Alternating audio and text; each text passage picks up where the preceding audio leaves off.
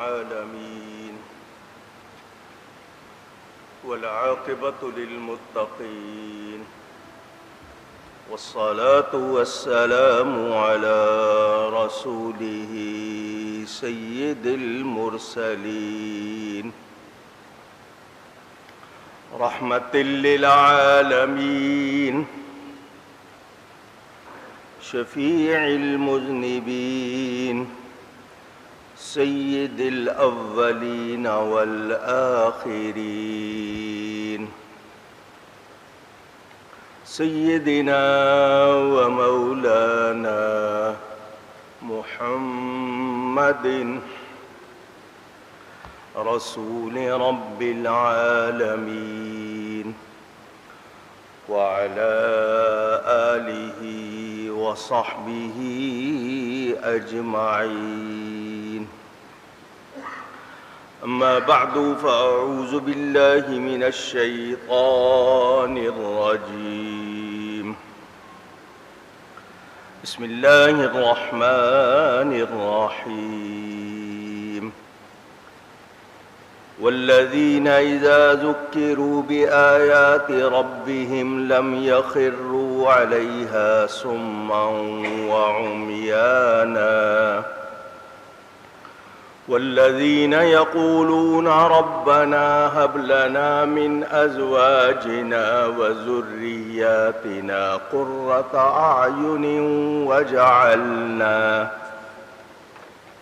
وجعلنا للمتقين إماما. صدق اللہ العلی العظیم. محبت کے ساتھ ایک مرتبہ دروشی پڑھ لیجئے. اللہم صلی علی سیدنا و مولانا محمد معدن الجود والکرم وآلہ وصحبہ وبارک وسلم. الصلاة والسلام عليك يا رسول الله. الصلاة والسلام عليك يا حبيب الله. الصلاة والسلام عليك يا رحمة للعالمين وعلى آلك وأصحابك يا شفيع المذنبين. حمد و صلاۃ کے بعد سورۃ الفرقان کی تفسیر کا بیان آپ سن رہے ہیں. اس سے پہلی آیت میں یہ بیان ہو چکا کہ رحمان کے بندے جھوٹی گواہی نہیں دیتے اور جب بیہودہ پر گزرتے ہیں اپنی عزت سنبھالے گزر جاتے ہیں. اگلی آیت میں اللہ ارشاد فرما رہا ہے والذین اذا ذکروا بآیات ربهم لم یخروا علیہا صما وعمیانا. اور وہ کہ جب انہیں ان کے رب کی آیتیں یاد دلائی جائیں تو ان پر بہرے اندھے ہو کر نہیں گرتے. اس حوالے سے جو بات ہم نے سمجھنی ہے وہ یہ کہ قرآنی آیات اللہ تعالیٰ کے کلام کو جب بھی سنا پڑھا جائے تو اس میں غور و فکر لازم ہے اگر اس کی اہلیت رکھتا ہو، ورنہ کسی استاد سے سیکھے خود سے وہ صحیح طرح سمجھ نہیں سکتا. اگر اہلیت ہے، اتنی قابلیت ہے تو پھر اس کو دھیان سے سمجھے، ورنہ وہ لوگ جو قرآن کریم کو سمجھتے ہیں ان کی پیروی کرے، ان کی تقلید کرے، اپنے طور پر غلط فہمی یا نافہمی کی وجہ سے غلطی پر اڑا نہ رہے۔ قرآن میں ہی ہے فَاسْأَلُوا أَهْلَ الذِّكْرِ إِن كُنتُمْ لَا تَعْلَمُونَ کہ پوچھو اہل ذکر سے، اہل علم سے اگر تم نہیں جانتے۔ قرآنی احکام سمجھنے میں عقل سے اور تقلید سے کام لو۔ مثلا قرآن کریم سے مسئلہ کیسے ثابت ہوتا ہے؟ کبھی واضح لفظ ہوتا ہے، کبھی اشارہ ہوتا ہے، کبھی دلالت اور کبھی اس کا تقاضا۔ یہ عبارت النص، دلالت النص، اشارت النص، اقتضاء النص، یہ علماء جانتے ہیں جو پڑھتے ہیں۔ قرآن کا ترجمہ اور تفسیر کرنے کے لیے کتنے علوم کا جاننا ضروری ہے یہ اسے معلوم ہو۔ 18 علوم بھی لکھے، 21 علوم بھی لکھے، اگر نہیں جانتا تو ترجمہ یا تفسیر کرنے کی کوشش نہ کرے۔ ایسا نہیں ہے کہ کوئی کھلاڑی ہے یا گلوکار ہے یا کوئی ایسا شخص جس نے محض ترجمہ پڑھ لیا ہے کسی کا اور شروع ہو گیا ہے، اس میں اہلیت ہو بیان کرنے کی، ناسخ منسوخ سمجھتا ہو اور اس کی نظر ہو اتنی عربی گرامر سے پوری طرح، جس کو صرف اور نحو کہتے ہیں، واقف ہو، اور اس کے علاوہ جو علوم جاننا ضروری ہیں وہ معلوم ہوں۔ ورنہ کیا ہو رہا ہے کہ جس کا دل چاہتا ہے اپنی مرضی سے ترجمہ کر رہا ہے، اپنی مرضی سے تفسیر کر رہا ہے، خود بھی گمراہ ہو رہا ہے، دوسروں کو بھی گمراہ کر رہا ہے۔ آپ کے ہاں کہا جاتا ہے کہ فلاں شاعر کو سمجھنے کے لیے فلاں کو پڑھنا ضروری ہے، اگر اس کو نہیں پڑھیں گے تو آپ کو یہ شاعر سمجھ نہیں آئے گا۔ حیرت کی بات ہے، ایک انسان کا کلام پڑھنے کے لیے تو آپ پابندیاں لگائیں اور رب کے کلام کے حوالے سے آپ پرواہ نہ کریں تو یہ کیسی بات ہوگی؟ تو رب تعالیٰ کا کلام ہے، اس کی روح کیا ہے، اس میں کیا بیان ہوا ہے، تو اسی سے۔ اب ہمارے ہاں ان چیزوں کی پابندی نہیں ہے۔ قرآن اپنے بعض کی خود تفسیر کرتا ہے، القرآن یفسر بعضہ بعضا، کبھی قرآن میں ہی دوسرے مقام پر اس کی وضاحت ہوگی۔ وہ کیسے سمجھا جائے گا وہ کوئی عالم ہوگا سمجھے گا، ورنہ قرآن کو حدیث پاک سے سمجھیں گے۔ اس کے بعد جنہوں نے حضور صلی اللہ علیہ وسلم سے سیکھا اور آگے سکھایا ان سے۔ لیکن آج کل لوگ کہتے ہیں نہیں، جو ہماری سمجھ میں آیا بس وہی، تو ایسا ہونا نتیجہ کیا نکل رہا ہے وہ آپ کے سامنے ہے، جو لوگ ایسا کر رہے ہیں۔ تو قرآن کریم میں غور کرنا چاہیے۔ افلا یتدبرون القرآن ام علی قلوب اقفالها، کیا تمہارے دلوں پہ تالے لگے ہوئے؟ قرآن میں غور و فکر کیوں نہیں کرتے؟ اصل مسئلہ یہی ہے کہ لوگ اہمیت کو نہیں سمجھتے، نتیجے میں جو ان کے منہ میں آتا ہے وہ کہہ دیتے ہیں۔ لکھنے والے بغیر احتیاط کے لکھ دیتے ہیں۔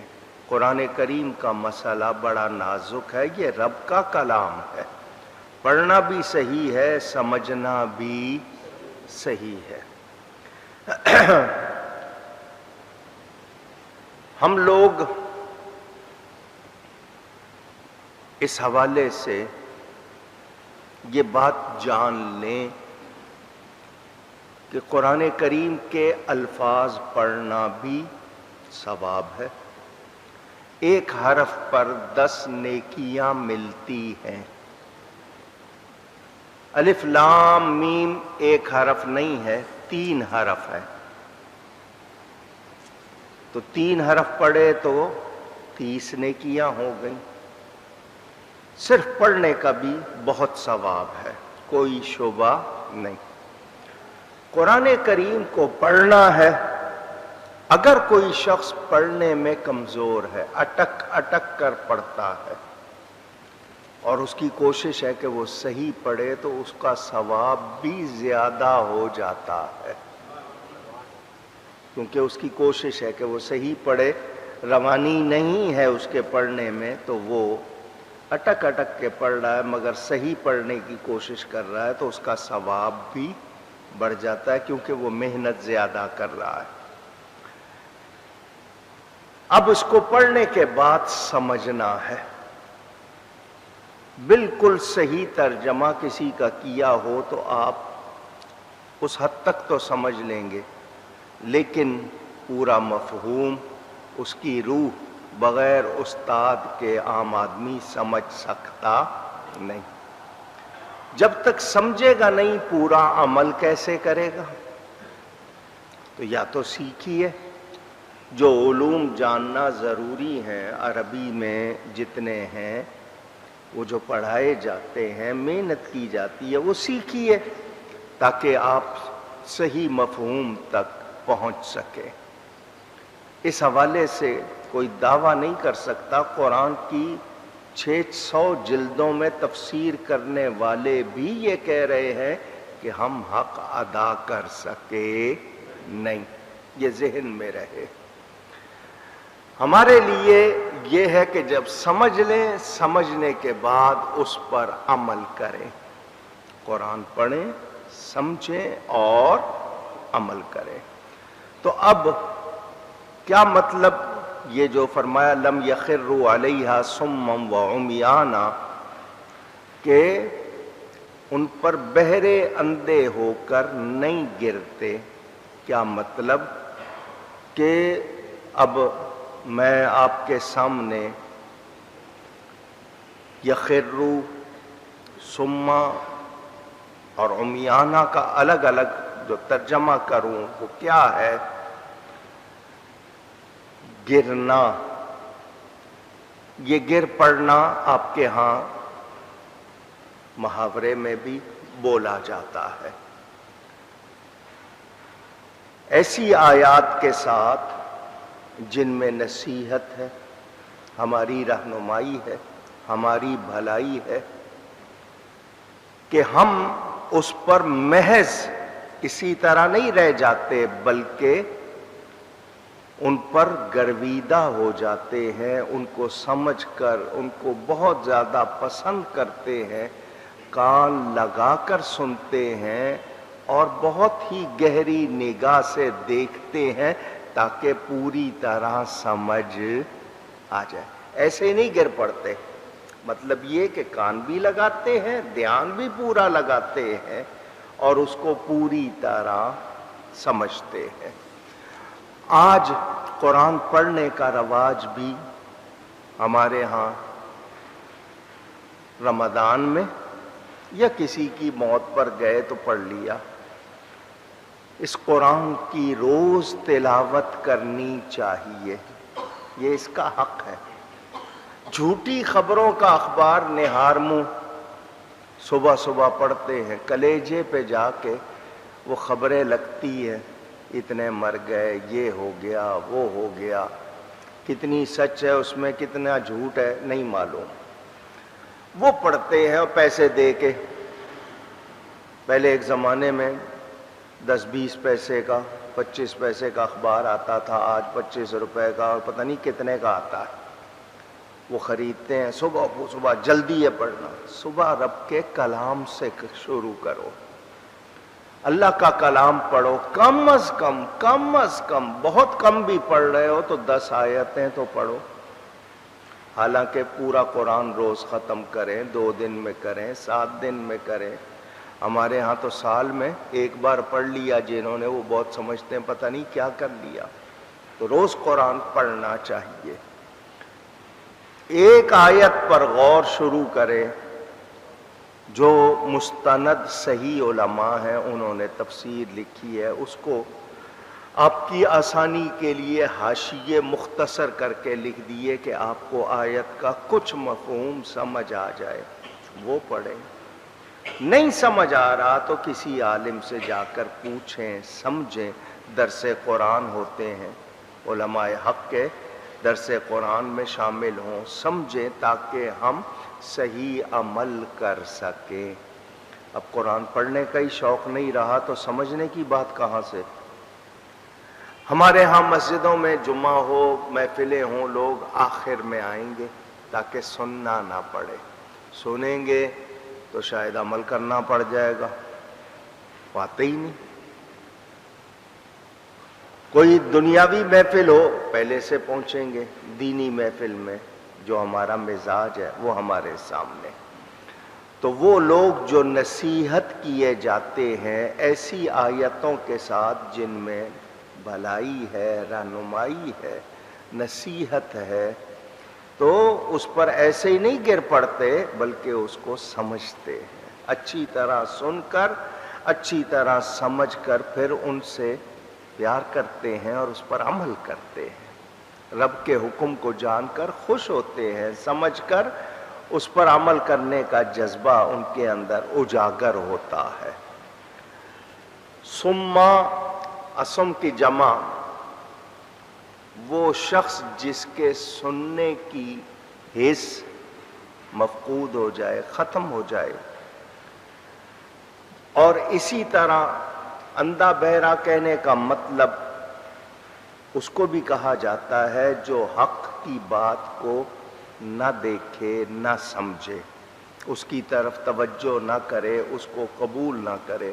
اسی لیے کہہ دیتے ہیں یہ تو اندھے بہرے لوگ ہیں۔ کیا مطلب کہ یہ حق نہ دیکھتے ہیں نہ حق سنتے ہیں۔ حکمرانوں کے لیے بھی کہا جاتا ہے کہ وہ اندھے بہرے ہوتے ہیں، ان کو نہیں پتا، ان کو کوئی دلچسپی نہیں۔ اعمیٰ جس کی بصارت دیکھنے کی حس مفقود ہو، تو سما اور عمیانہ فرمایا۔ کیا مطلب کہ اندھے بہرے ہو کر نہیں گرتے بلکہ خوب توجہ کرتے ہیں قرآن پر۔